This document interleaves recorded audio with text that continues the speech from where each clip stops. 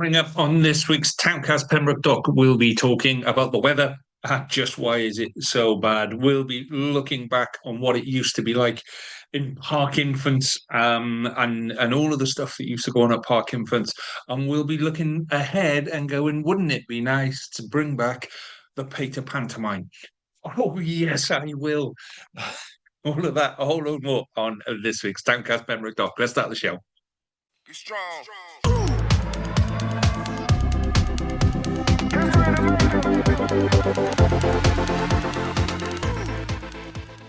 Hello and welcome to this week's Towncast Pembroke Doc with me, Lee G. Pleasure to have you here. Apologies for being a little bit later this week.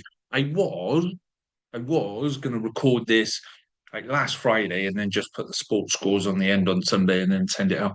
And then I got busy on Friday, and then Sunday I had to travel across country to pick my wife up on a train. And then Monday I was all busy, and before you know it, we're into Thursday, and I'm thinking, damn, where did that week go? Obviously, a lot of this week has been taken up with the weather. It's just been mental. But yeah, we're going to talk about that in the chatty bit. As promised, we're going to discuss Park Infants. For those of you that remember Park Infants, it'll be good to talk back who your favourite teachers were, and then we'll be talking about the Peter Pantomime Society. And some of you will be looking at me and going, huh? And for me, Peter Pantomime Society was a huge part of what we used to do when I was small. And yeah, for it to not be here for 20 years is a bit weird. So yeah, let's start with a few events. Now, before I do the events, I just say that there is there's a fair bit of Pembroke stuff on this week. So we were really close to having somebody join us and be part of the team, and they may still do come if it's just about sorting out logistics and stuff. But more of you in this, the better, as far as I'm concerned. So first one isn't really an event; it's more of a call to action. So if you go into all of the stuff that I'm going to share with you now, some of it's probably out of date, but all of the stuff I'm going to share with you is on Facebook. It's just screenshots of Facebook groups. So go on to the Argyle Medical Group, and on there you will see a satisfaction questionnaire about feedback from patients. Okay, this is not an excuse to have a go at people. Okay, this is very much about sending a message that we need more doctors. Everybody in Argyle, the Argyle surgery, the group is working really, really hard to get more doctors and to serve the public as best they can. Okay, there's absolutely no question that people are doing their very, very best. But yeah, and as much as you want to bury your heads in the sand, for those of you that voted Brexit, we were fine up until then. A whole load of doctors went, and now we're in a bit where doctors won't join us because there's let's just skip that one over, okay? But this is a chance to have your views heard. So we need more doctors. We need to find a different way of doing them. And if it means we have to pay people more, then we have to pay people more. But that means that funding's got to come from somewhere. So yeah, let's give you feedback. But please, please, please remember this is not about having a kick at the Argyle Medical Group. It's about how we be constructive and how we go forward together and how we can get back to a stage where we've got doctors coming out of our ears. Okay, let's move on with so this is something I want to kind of cover in future future events. I want to do kind of like specialist things. But we've got loads of bands play loads of gigs all over Pembroke Dock, and further afield every week. So I want to do kind of like a special live music special about what's coming up in the next couple of weeks. So Honeyhead are playing at the Castle in Pembroke this Saturday. I think it's usually about 7:30, 8 o'clock is usually the time where these kind of things kick off. But that'll be good. But if you know of any others on that, then please do give us a shout. I say it is quite Pembroke orientated this week, just because I couldn't find much information for the doc this week. So there's a pool competition. So the Out nightclub in Pembroke has kind of upgraded all of the upstairs, and it's now more of a sports bar upstairs, nightclub downstairs. So there's a pool competition starting on Friday, £10 per person, first to win 4 frames format.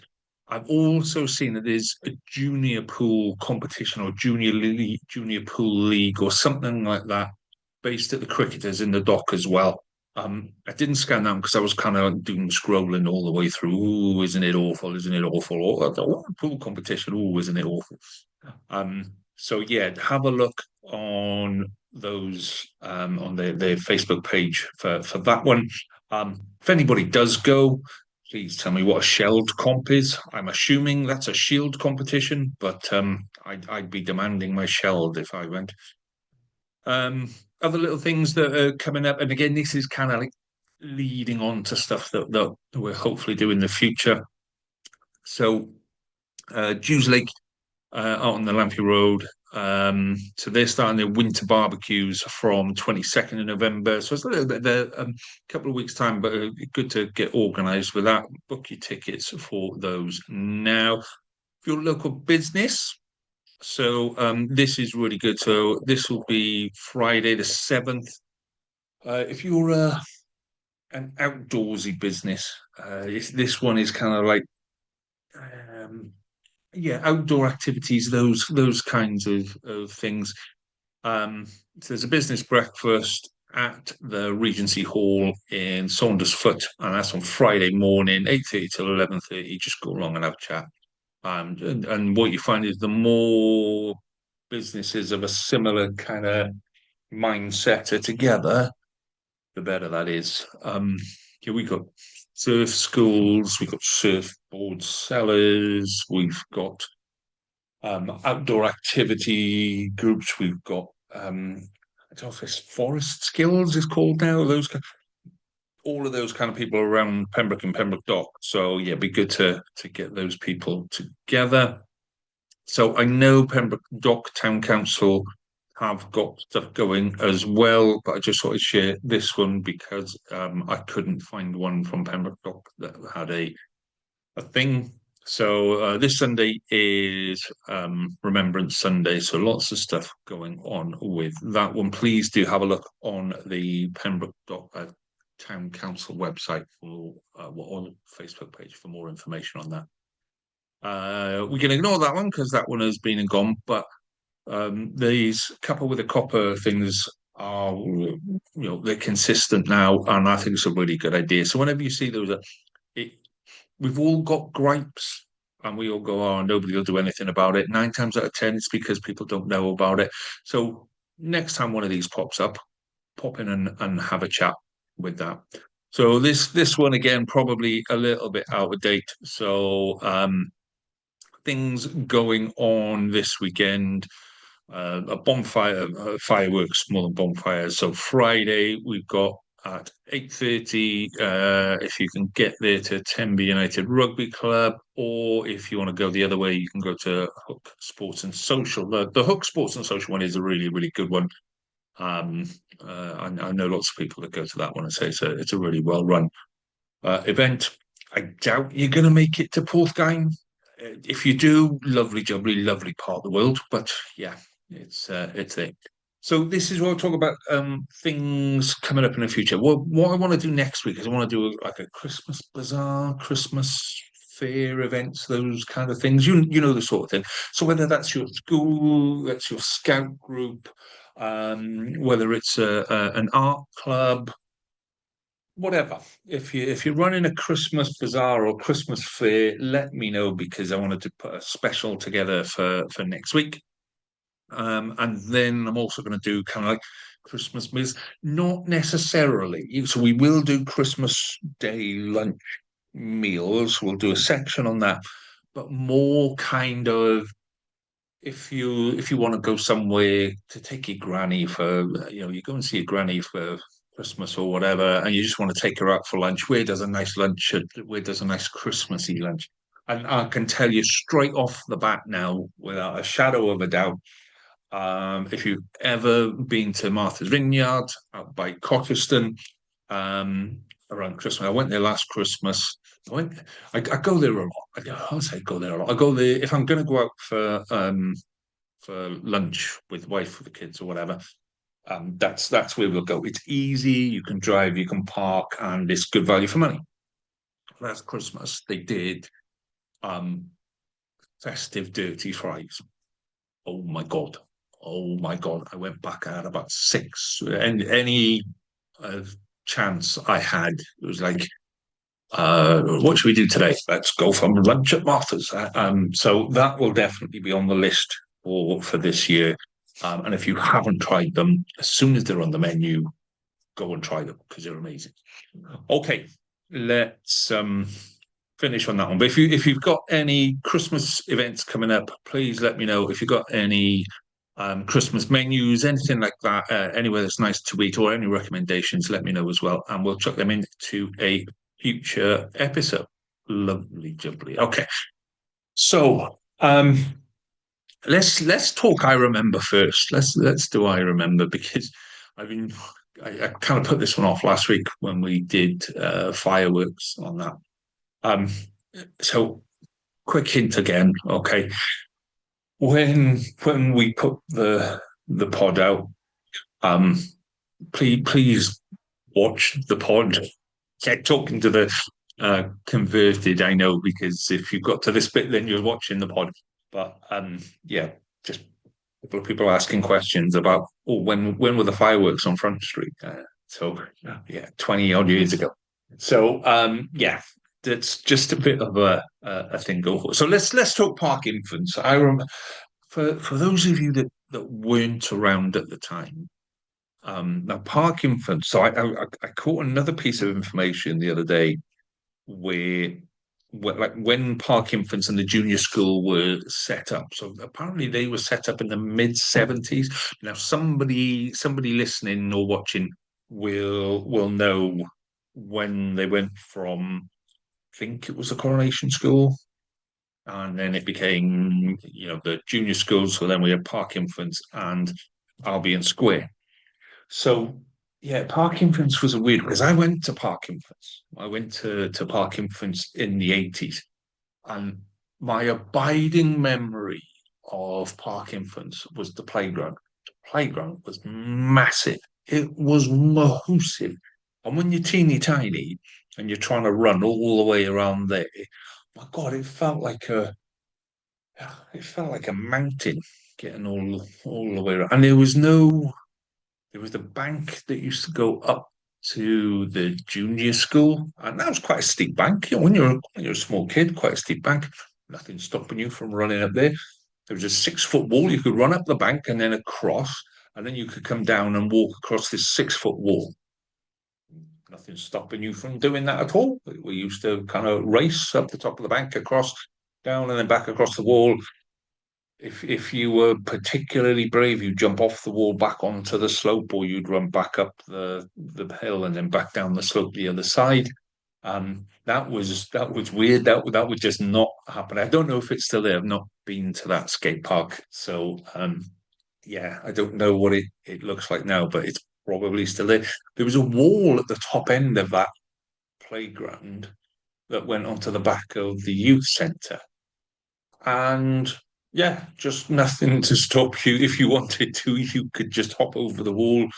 We used to sit on the wall quite a bit, but you could quite easily hop over the wall and just have a play around in the youth centre in the back of the youth centre. It was really, yeah, the health and safety. I'm surprised more people didn't get injured, in all honesty. I remember I fell in the playground once, and there used to be lumps of cement or lumps of concrete in one part, and I hit my knee on it and basically destroyed the kneecap for 12 months.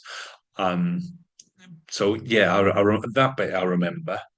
Um, but yeah, so then it was that. But yeah, give me your memories of playing in that pit. I remember when we left, the year I left, they painted like stuff around. They painted a whole load of stuff around on the playground, and it really confused us because we were a bit like, well, why we just used to run around and we just used to play, I don't know, cops and robbers or whatever you play when you're six.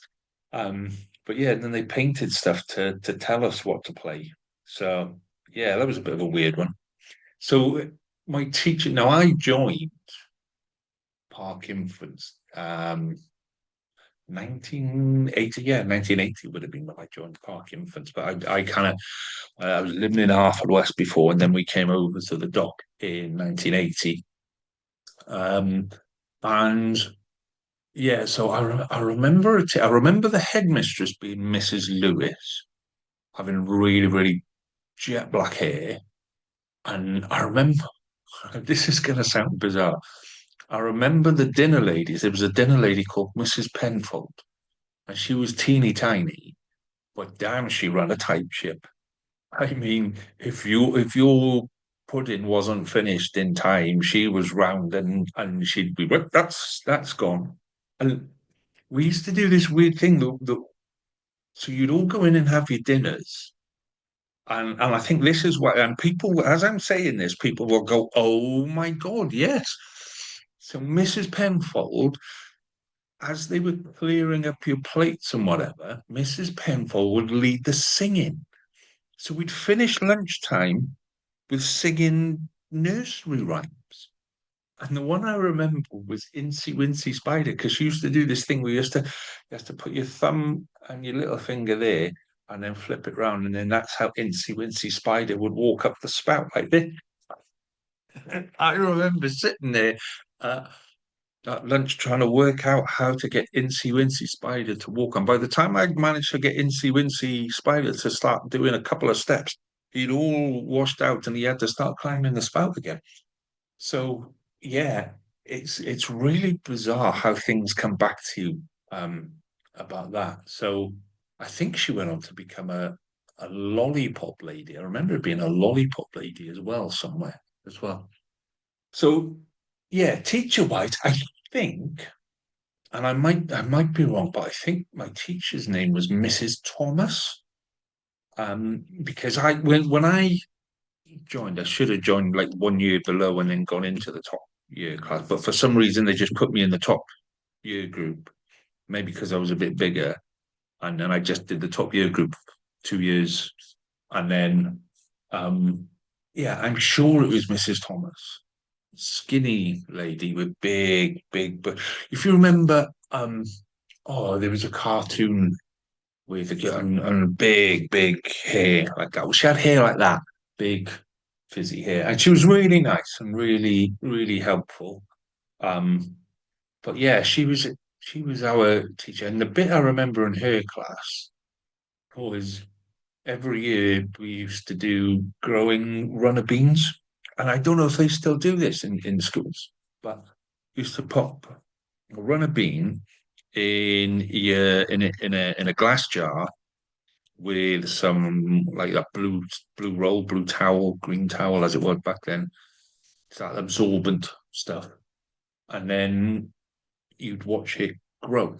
And there'd be a competition to see who had the best plant at the end of the term or whatever. But it was really good because it was you could see the you could see the roots coming, you could see the bit going up the top, and every day you would literally just sit there before class and stare at this seed like it was going to do something.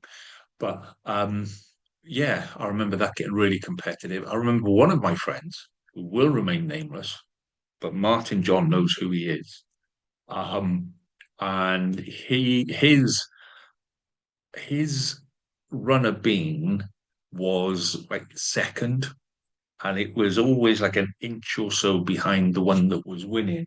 And then mysteriously, I can't remember who was winning, and mysteriously one day we came in and the top of the other one had been snapped off, and oh, it must have fallen over in the wind or something like that. And everyone was like, oh, and it was an absolute scandal at the time, absolute scandal. Because when you're six, these things are important. These are the bits that make you get up in the morning. But yeah, I think it was like 3 or 4 years later, we were in junior school when he confessed, and he went, "Yeah, yeah, that was me. Of course it was. Yeah, I won." So, um, yeah, these are all the bizarre things that were, and we used to do school trips, and our school trip back. So let me put this into context, right?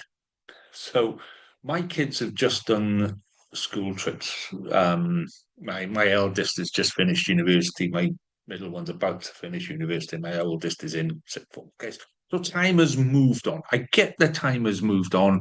Things are very different now. So my eldest, where did he did a trip abroad. I think he did a trip to France or something. My middle one did a rugby tour to South Africa. My youngest one had a week in Italy to study Italian culture.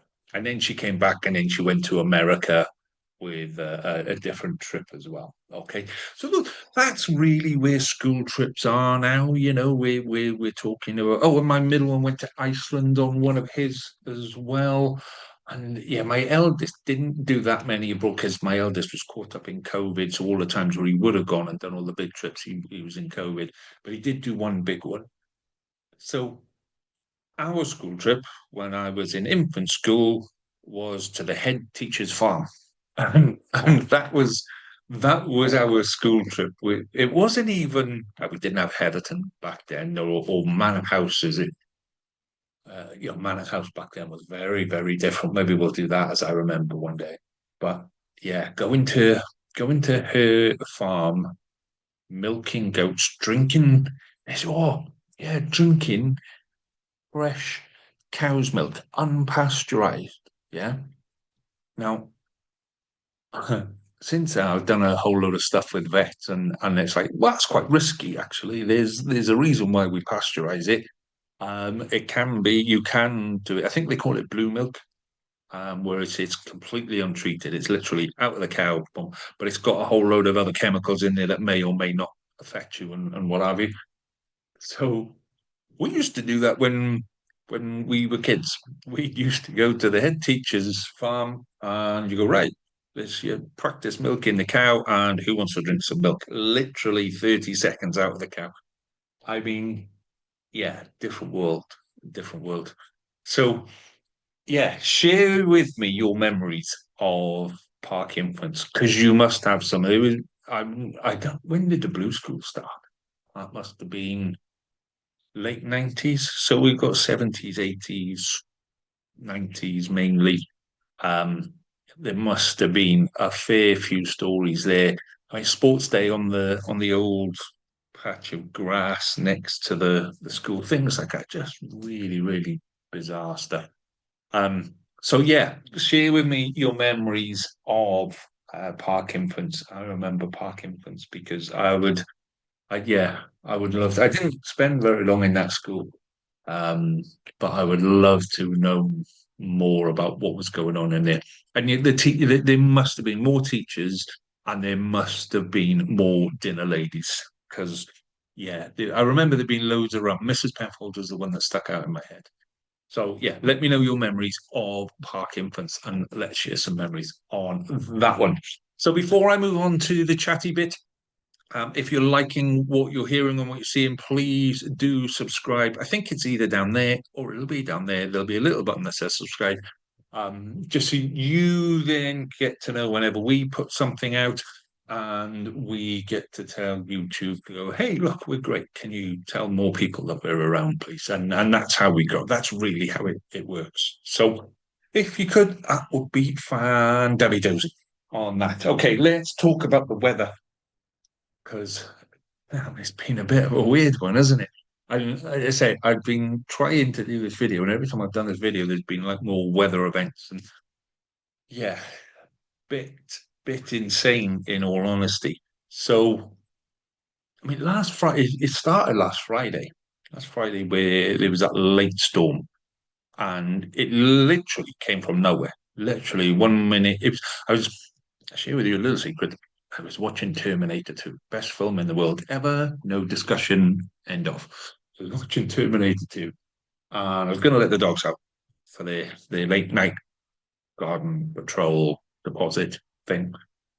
And I thought, because we were getting to the end, so it must have been about 11:30, something like that. And I thought, right, okay, let the dogs out. So when Terminator finishes, job done, straight to bed. And I opened the door and looked out, and it was overcast or whatever. It was fine. Right, okay. The dogs were lazy, didn't want to go out, so I had to go and pick them up and take them out the garden and put them on the grass. And in that space of time, it went from okay, it's a little bit overcast to it's raining really, really heavy. So I didn't put the dogs out. We stood there and watched it. I closed the door and then the dogs went back into their box. Holy cow, it started hailing. My Lord, I couldn't see 10 feet in front of me. It was the most bizarre storm. And then, maybe 3, 4 minutes and then just finished. Like someone flicked a switch and it was done. That was the warning for what was coming because yeah, I mean, it's been a crazy week of weather, the amount of rain and what have you. But and I've said this to a couple of people, this is the way the future is going to be.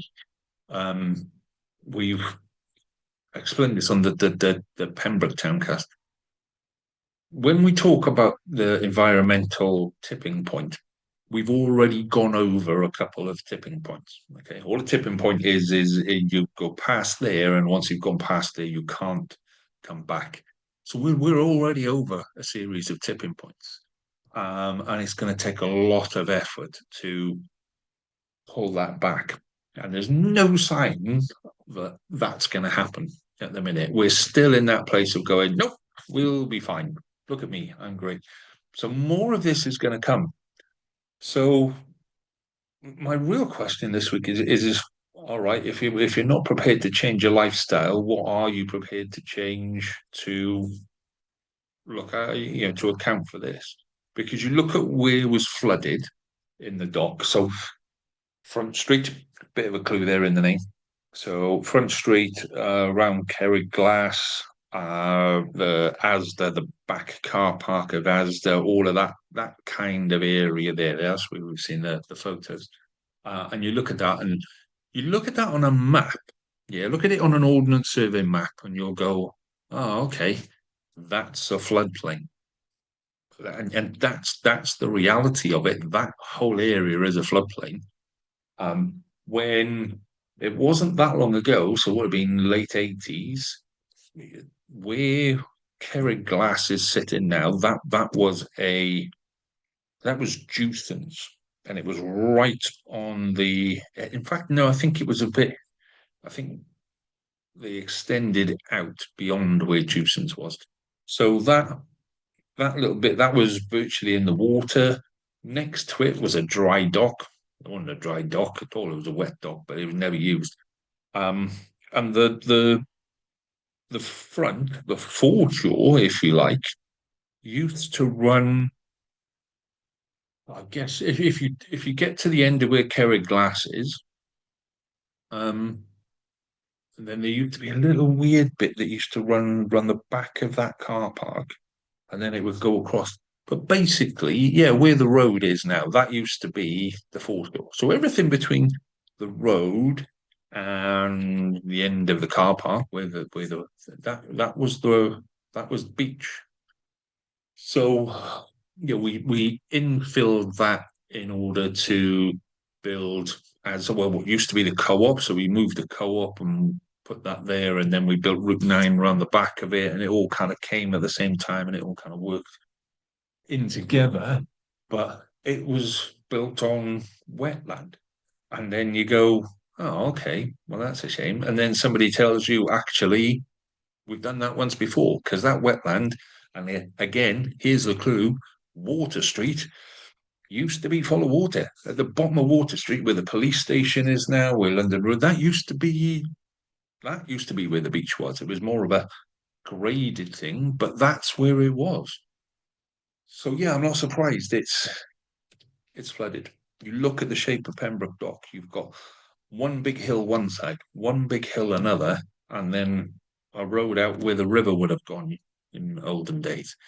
So yeah, it's it's nature going, right, here's a whole load of water, um, and it comes down this hill and it comes down this hill and it meets at the bottom.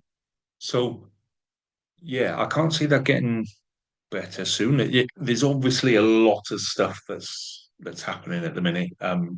It's early, or well, we're in the middle of autumn, but with all the leaves that were on the trees through a very, very dry summer, a lot of those have now fallen at the same time. Yeah, I did a walk on Saturday or Sunday, and I thought I was looking at trees, and like 2 or 3 days ago, those trees were full of leaves. So they, instead of that steady drip, drip, drip of leaf, it's literally gone, and trees have just kind of like given themselves a shake, and all of the leaves have fallen. Yeah. So when we, when we live in a when we live on a floodplain, we're going to need to do something. So I don't know, whether it needs extra drainage, whether the drainage was blocked and we need more people to clear the drains. I don't know. I think someone needs to look at what caused that. What we can't do is sit there and go, "Oh, that was bad, wasn't it?" Oh, well, on we go. We need to look at what's caused it. Yes, there was a massive amount of rainfall. Yes, in a very short period of time. But that's going to happen again, and it's going to happen more consistently. So we need to work out, if that starts happening again, we need to go, right, okay, how do we warn ourselves that this is happening? And how do we, what do we need to do to stop it? What do we need to do to stop it getting so bad? Um, and that may be, I've had this idea for a long time, that we have some kind of volunteer team, town volunteers that do all sorts of stuff, that do odd jobs, that do sweeping, that do cleaning, that help with organising town events. But also, when times are hard like this, it's like, okay, we need to set up some pumps and we need to pump water from here to there really, really quickly. Let's go. So yeah, I mean, it wasn't pleasant. It wasn't pleasant for a lot of people. If you were affected by that flooding and you suffered some damage, I've got some Facebook groups that are they don't do a lot of stuff publicly, but they are able to help you kind of if you've been affected by flooding, they're there to help you, but they don't do a lot of stuff publicly. They tend to approach you if you say, "Oh, I've been affected by the flooding." So yeah, and there's a lot of us in this part of the world that have been. Carmarthen, Crimmock. For some reason, Crimmock had it really, really bad as well. But up on Carmarthen Way, if you've seen the pictures of the river in Carmarthen, that was really bad. You've all seen the Commons in Pembroke. Um, but yes, I don't remember the dock flooding like that before. Genuinely don't. I remember when it was the co-op car park. The co-op car park, I mean, it used to be flat. So if the water, the tide came in really, really high, every now and again it would come into the car park, but it would go back out again and it was fine. So yeah, something is amiss. Something is amiss to be that much flooding that quickly, um, and we need to do something about it. So that is my chatty bit for this week. What do we do? What do we need to do? Are we prepared for the amount of weather that's coming? Um, you almost forget that storm on Friday almost gave us power cuts. We had temporary power cuts, power blips when there was lightning. We really dipped for half a second and what have you. So this is just talking. My original conversation was going to be what happens if we get lightning storms again, because it looks like it's putting us out. Where's our resilience on that? Um, and the rain kind of took that over. So there's a whole load of stuff that we need to look at as one of the key areas of the UK for electricity, for oil, for power. All of them, there's a load of stuff comes out of us, and we really don't get the investment that we deserve to keep life going down here. It's just assumed that, oh, well, there's only a few people down there and they'll stay quiet if we let's paint a couple of buildings. That'll be fine. So we need to do something. What do we need to do? Your thoughts, your ideas, your conversation on, how do we know that that's coming? How do we protect it? Let's be honest. When more of it comes, your front street is vulnerable. By the looks of it, Water Street, London Road are vulnerable. Um, potentially some of the town centre. We're on quite a low-lying area, so if it comes up another 2, 3, 4 foot, yeah. If you look at Pembroke is 6, 8, 10 foot higher than where it normally is. The water in the Castle Pond. If that happens in the dock, boy, are we in trouble. There is a whole load of places in Pembroke Dock that are in big, big trouble if that happens. So I want to get your thoughts. I want to get your ideas. How do we cope if that happens again? What do we need to do? You can put your ideas and your thoughts under this video, or you can comment on our Facebook page. That would be tickety boo. So we'll move on to wouldn't it be nice before we do the sport and finish up. So but before I do that, if you want to come and join us, please do message me. I love towncast@gmail.com. I say I think we might have one person that might be wanting to do it. And it's just a case of logistics, but I'd love to get 3, 4, 5 people involved just so we can all kind of have different conversations. And if somebody's not around for a week, then we can still do it and we can go from there. So yeah, please do let me know if you want to get involved in this, or if you know somebody from a different town that wants to start one in their town. That process is now ongoing as well. Okay, so wouldn't it be nice? So this is going to become a I remember definitely in a couple of weeks' time. Pantomime. So when we were growing up, every year I remember it being before Christmas, and then it kind of moved to after Christmas, and then it moved to like end of January, and then it kind of petered out. The last bit I can find for the Pater Pantomime Society, I will show you now. Get rid of this. 10 over. This is from, I think the oldest one I found. So this is 2001. And then there's another one, and it's not got a photo with it, but this is 2003. So around about 2003 is the last news cutting I can find. But yeah, that's the 2001 cast, which is 24 years ago. 2003 would have been 22 years ago. So let's say it's 20 years. We've been without a pantomime for 20 years on that. And they used to be real good fun. They used to be real interesting. Um,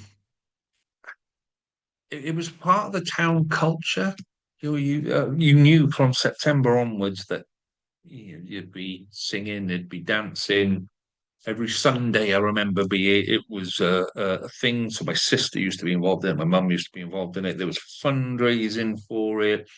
There were costumes, loads of women sitting around knitting and sewing and all of those kind of things. And it was great. Lots of people got involved. It was a real town thing. And I remember the town hall, Pater Hall was full of people watching the Pater Pantomime Society. So I'm thinking, wouldn't it be great to bring it back? Wouldn't it be great to have it needs to be Christmas time. It needs to be before Christmas, during Christmas, whatever. And it doesn't need to be pay to haul. Like I've said before, if we were to put a town group together to take over the Woolies building, maybe we could do it in there, and it would be fantastic. And you can get your kids involved. We could write our own. I would love to write one. I would love to write when the pantomime goes wrong. If you've seen the show that goes wrong, when the pantomime goes wrong, would be hilarious. But yeah, send me your memories of the pond. We're definitely going to do this as a I remember in future years, so in future weeks. But wouldn't it be great to bring the pantomime back? Wouldn't it be great to have an event just before Christmas where you just bring the kids and you go, this is what a pantomime is. You don't need to go to Milford Haven. You don't need to go to Swansea. You don't need to go to Cardiff. You go bang, right? This is it. This is fantastic. So that is my. Wouldn't it be nice? Wouldn't it be nice to have a pantomime again in town where everybody in town gets to go? And it was only ever on for like a week, but it used to be fantastic. I don't know why it used to be. I think it was because it was done by the community for the community, and everybody knew somebody that was on stage. And one little kid singing and having three lines, and 25 of their family are turning up every night, and all of this kind of stuff. And it used to teach kids some really good disciplines and about being together and being part of the town and all of this. So, yeah, let's do that again. Let's do the pantomime. Let's bring back the pantomime. Okay, let's move on to sport. Okay, so we're just going to take a little look at sport results, starting with rugby as per usual. Good win last week at home for the Quins, 24-12 against St. David's. That puts us second in the table, but you do have to look at that and go, we've probably played, well, we got Pembroke, who got two games in hand on us. Yeah, but we are catching Pontebaron, but they've got a game in hand on us as well. So an interesting second half of the season to come. So looking at fixtures, there's no game now for the Quins until 6th of December, which is Langham at home. Obviously, 20th December, Quins Pembroke. But where did I see? There we go, Pontebaron there. So 10th of January is the key game. So these are building up to 10th of January, Pontebaron away. That's if we're gonna do anything, that's the game we need to focus on. That's the game we need to win. Obviously, 20th December, Quins v Pembroke, important. But when it comes to the league, that's the one. If we're going to do anything, if we're going to get promoted, that's the one that we need to win on this. Okay, let's have a little looky at some football. Bum, bum, bum. Bear with me on that. Pembrokeshire League Division 1. So we'll rattle down these nice and quickly because we've not got a massive amount in Division 1. Carew drew with the Robins, 1-1 in Division 1. So if we look at where we are there, where are the Robins? Yeah, mid-table. Carew kind of gone up a couple. Yeah, Carew picked up a couple of points recently, but mid-table's not really where we want to be. But there is, a group. There's 5 points between mid-table and second. That's 2 games. So could be interesting. Fixtures for this weekend, then this is the one, Penna Robins versus Monkton Swifts. That's the boy to go to. That's where we want to be this weekend. Carew play Kilgetty, but all eyes this weekend on Robins versus Monkton Swift. If you can get yourself up to Monkton this weekend, then that's the place to be and go and support the boys up there. I'm sure they'd be more than happy to have your support on that. Division 2 then, results from last week. Kira Reserves lost 4-0 to Merlin's Bridge seconds there. That was the only game there that really made it relevant to us. Kira Reserves bottom of the table and will face who are they facing? Haken United Reserves, top of the table versus bottom of the table. Let's move on to Division 3. It's going to be a tough week for Carew Reserves. That one is. So Division 3, it's a lot of games are weather affected last weekend, but Robin's seconds lost 5-1 at home to Clarbeston Road Reserve. So not really what we want to be seeing, but is what it is. There was no game for Pembroke Borough last week, but so Robin's seconds are 3 points, second from bottom, where the Borough are fourth in the table. They're on 20 points. And, reasonably, if they win their game in hand, could do something going upwards on that one. Where are we down to? Division 4. Oh, sorry. Let me go back to Division 3 for a second. Did I do fixtures on Division 3? I didn't, did I? So fixtures for this weekend, Loreni travel to Camrose Reserves, Pembroke Borough against Kilgetty seconds, and Penrith Robins seconds, hosting Haverfordwest Cricket Club on that. Right, now let's go on to Division 4. Let's do Division 4. Okay, results from last week. I thought we had somebody. No, we haven't got anyone here. So if you're interested, Angle beat Milford 3-1. Manorbier lost to Fishguard 5-1. Newport Tigers, uh, Ahmed Johnston seconds. There we go. This is the game that I was looking at. So Neyland Reserve 6, Hundleton 6. I imagine refereeing that game and just going, oh my God, what's the score? So yeah, bit of a weird one there for that. So down into Division 5. So games last week, Borough Reserves beat Loreni Reserves 5-1. I think that's both of our teams in that league were there. That leaves Borough Reserves fourth in the table again, 21 points. But, definitely close to second place. There's nothing keeping us away there. Loreni Reserves down the bottom are fourth from bottom as well there as well. So fixtures for this weekend, then Pembroke Borough Reserves travel to Narberth Reserves. There we go. Oh, that could be an interesting game. Third versus fourth could be decent. Both on 21 points, both won 7, lost 3. So that's a corker of a game. That's going to put somebody up and leave somebody where they are, which is lovely on that. Okay, that is it for the sport this week. Like I say, as I always do, if you've got a sport that you would like us to feature, please do send me the results, or better still, come and join me. Fantastic. Okay, that is it for this week. Thank you for your time and your patience. Please do help us spread the word, makes a massive difference to us. And I thank you for those that have done already. It is greatly appreciated. I'll be back with more of the same next week, hopefully with a new presenter. Until then, please stay safe, keep an eye out for the skies, and let's do Pembroke Dog proud. All the best. Goodbye. Be strong.